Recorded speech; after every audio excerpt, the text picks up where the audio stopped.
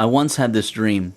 I was sitting on a small stool about 6 inches high, and this old and very friendly but vigorous man was sitting on a bigger stool, teaching me some lessons.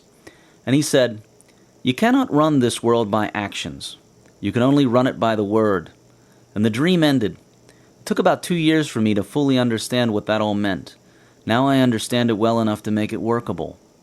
Through experience, testing, and a lot of reading, it finally all became simply clear. This is what it is all about. It actually has two meanings in one. We will first look at the first meaning. Here it is. Actions are the last component of the creation processes. It is a little like swimming competitively.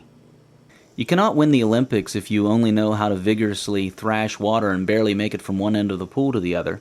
You are acting, and very strongly. No one will fault you on effort in that pool. You would get full marks on the effort for sure.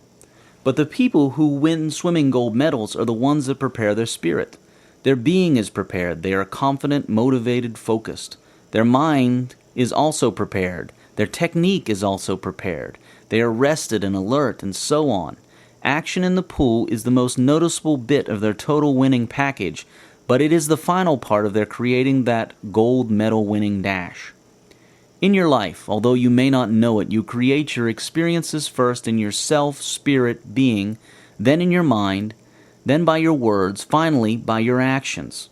It starts at being, then moves on to thinking, then to speaking, then to acting. In fact, acting only puts into place the system necessary to receive and experience what you create in being, thinking, and speaking. Most people do not focus, nurture, and tend to their first three steps of being, thinking, and speaking. All they do is work like crazy all day and wonder why they are not successful. They do not use the word. The word refers to the laws of the universe, the way the universe works on all levels, not just the visible and physical. These laws of the universe are not some commandments of God. They are simply the laws that regulate and enable the universe.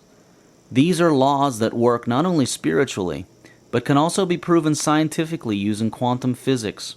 The word, these laws, has nothing to do with a particular religion or person or whatever else.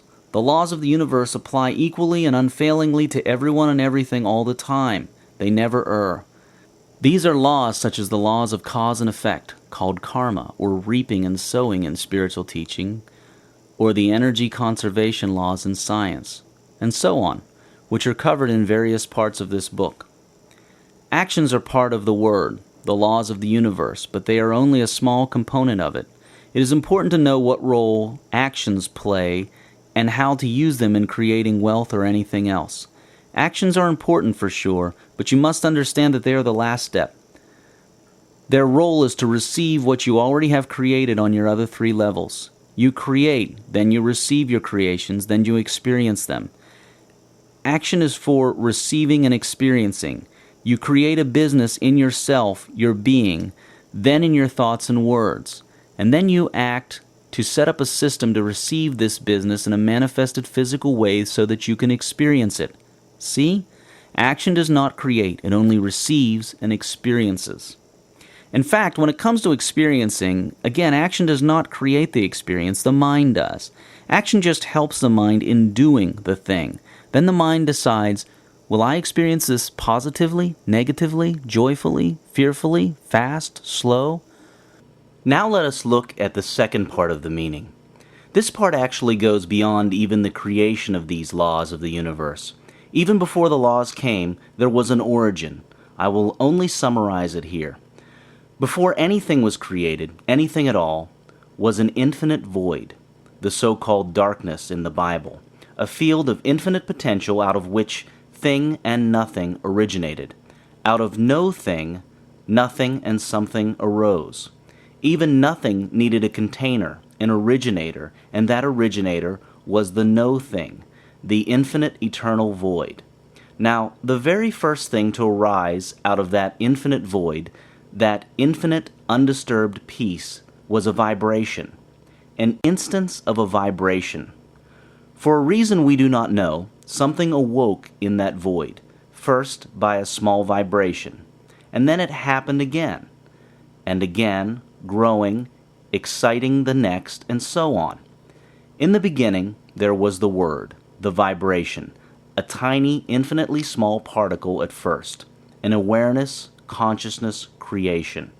And as it grew, it shone even brighter, clearer, and started to create more like it by exciting the void with intent, extending itself.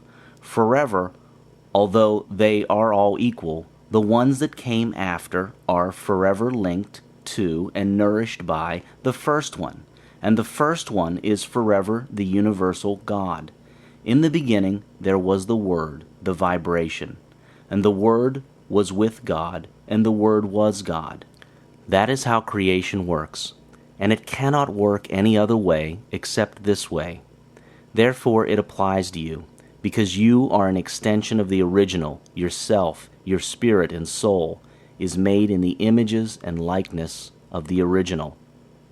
So how does all this work? Look at it again. Then remember all we have learnt about quantum physics. The first step of creation of anything is your vibration.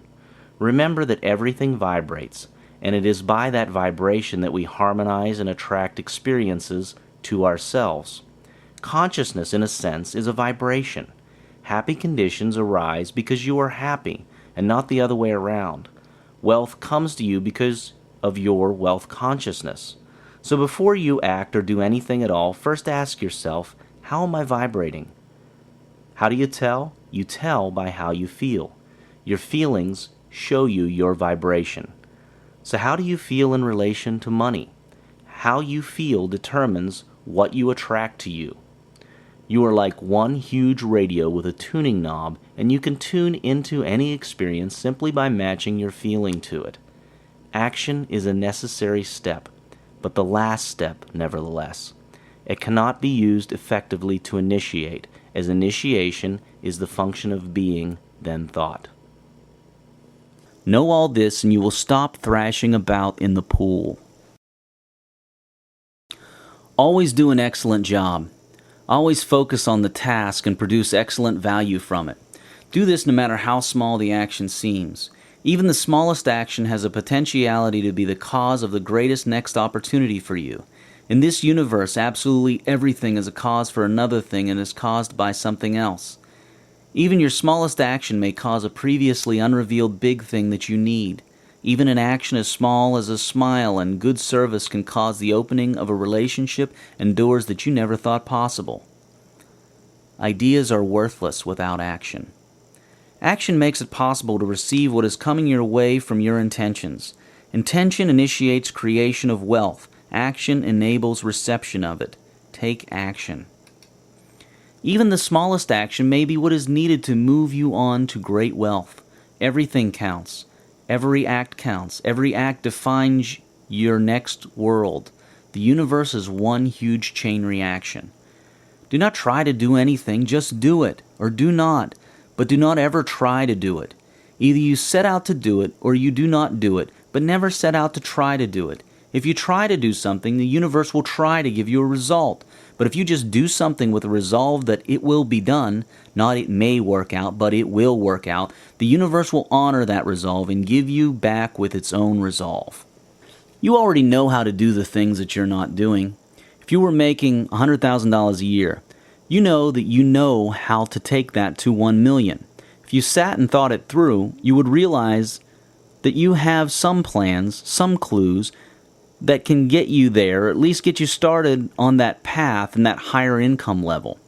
In other words, you cannot possibly say truthfully, I do not know what the first thing is that I should do to increase my income. It is not possible.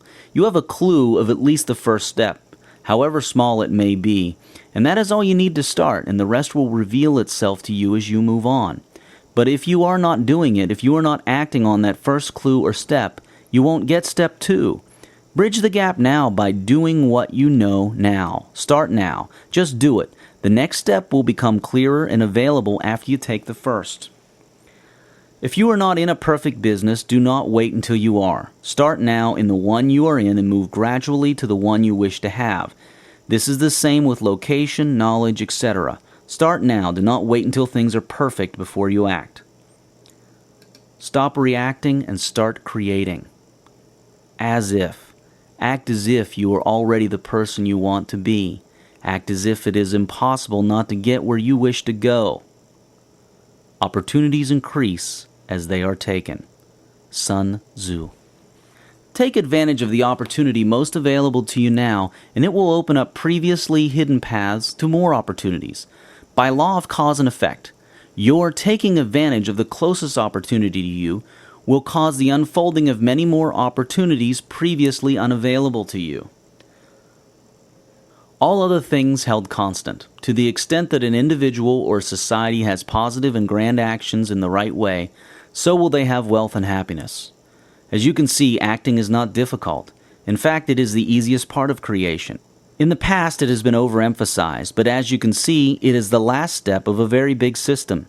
This alone, the ignoring of the previous steps to acting, can explain a lot about why many people are not as wealthy and happy as they wish to be. Now you know. But always remember that acting is very important in the chain of events, even if it is not the leader of the chain.